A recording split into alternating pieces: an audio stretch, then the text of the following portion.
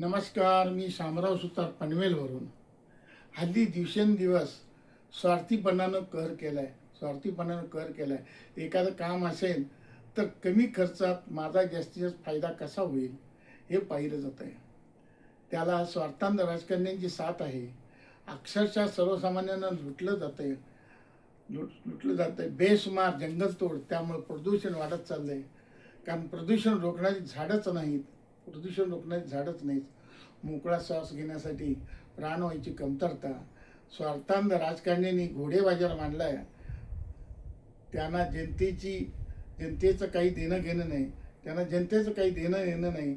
असा आविर्भाव करत आहेत. लोकांना कामधंदा मिळत नाही. दिवसेंदिवस प्रश्न बिकट होत चाललाय.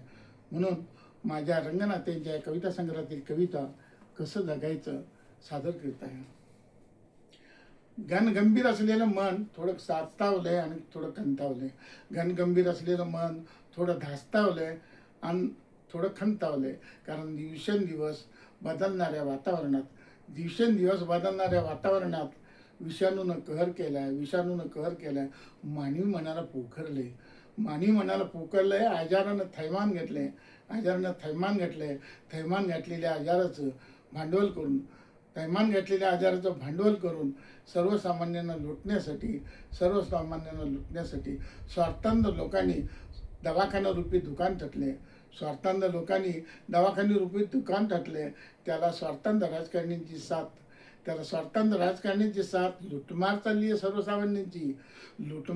सर्वसामान्यांची. जगणंच मुश्किल करून सोडलंय. कारण कामधंदे मिळत नाहीत. मिळतं ते तुटपुंज उत्पन्न. खर्चाची तोंडमिळवणी होत नाही. कसे जगावे हीच पडली आहे भ्रांत. मनामनात हीच कंत. आजचा दिवस कसा तरी गुजरला आणि चिंतेत रात्र जागून पाहत होते. उद्याची चिंता भुटसावू लागते आणि चिंतेत रात्र जागून पाहत होते. सर्वसामान्यांचं जगणंच मुश्किल झालंय. कोण मारा झालाय इकडे आड तिकडे वीर. कसं जगायचं सर्वसामान्यानं हाच एक प्रश्न डोळ्यासमोर एकसारखा चालवतोय. मनाचा ठाव घेतोय. विचलित मनाची चलवी चलता अस्वस्थता वाढते.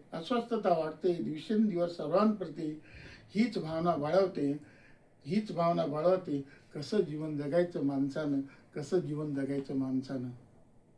माझ्या कवितेचा व्हिडिओ आवडल्यास लाईक करा, मित्रपरिवार व नातेवाईकास शेअर करा आणि माझ्या चॅनेलला सबस्क्राईब करा. धन्यवाद.